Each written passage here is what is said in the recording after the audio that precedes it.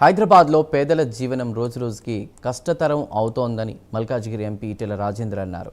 ఇల్లు కట్టుకోవడానికి కనీస స్థలం కూడా దొరకని పరిస్థితి ఉందన్నారు. సికింద్రాబాద్ కంటోన్మెంట్ పరిధిలోని 57/1, 157/1 సర్వే నంబర్ల భూముల సమస్యలపై పరిశీలించారు. ప్రభుత్వ భూముల ఆక్రమణలే ప్రధాన సమస్యగా మారిందన్నారు. భూ కబ్జాదారులు అవినీతి అధికారులతో కలిసి వేల కోట్ల విలువైన భూములను ప్రైవేట్ ఆస్తులుగా మార్చే ప్రయత్నాలు జరుగుతున్నాయని ఆరోపించారు. ప్రభుత్వ భూములను కాపాడి పేదలకు ఇళ్ల స్థలాలు, పాఠశాలలు, ఆసుపత్రులు ఏర్పాటు చేయాలని ఆయన డిమాండ్ చేశారు. 1000 ఇళ్ళు కట్టుకున్నారు అక్కడ.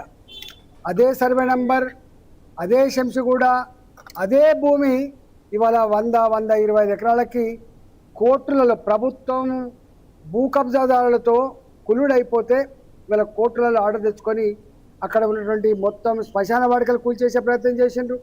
అక్కడ మొత్తం రేకులేసే ప్రయత్నం చేసిండ్రు. దాని విలువ ఇవాళ ఒక 5,000 కోట్లు ఉంటుంది. శంషగూడ, ఎల్లమ్మ బండ, సర్వే నెంబర్ 57 భూమి విలువ 5,000 కోట్ల రూపాయలు ఉంటుంది.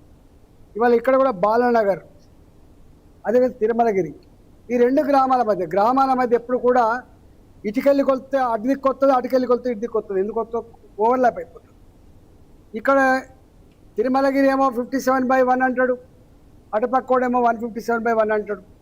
ఇవాళ గ్రామాల మధ్య ఓవర్లాపింగ్ ఉన్నటువంటి 8 ఎకరాల స్థలం ఏదైతే ఉందో ఆ 8 ఎకరాల స్థలాన్ని కొంతమంది భూ మాఫియా ఆనాడు కొంతమంది లంచగొండి అధికారులతో కులుడైపోయి దాన్ని ప్రైవేటు భూమిగా చిత్రీకరించే ప్రయత్నం చేసుకున్నారు.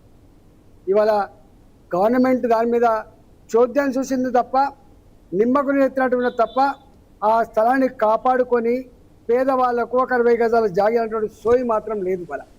దానికి కంటోన్మెంట్ వాళ్ళు కూడా ఇలా వాళ్ళకు కాంపౌండ్ కట్టుకోవడానికి పర్మిషన్ ఇచ్చినట్టు తెలుస్తూ ఉంది.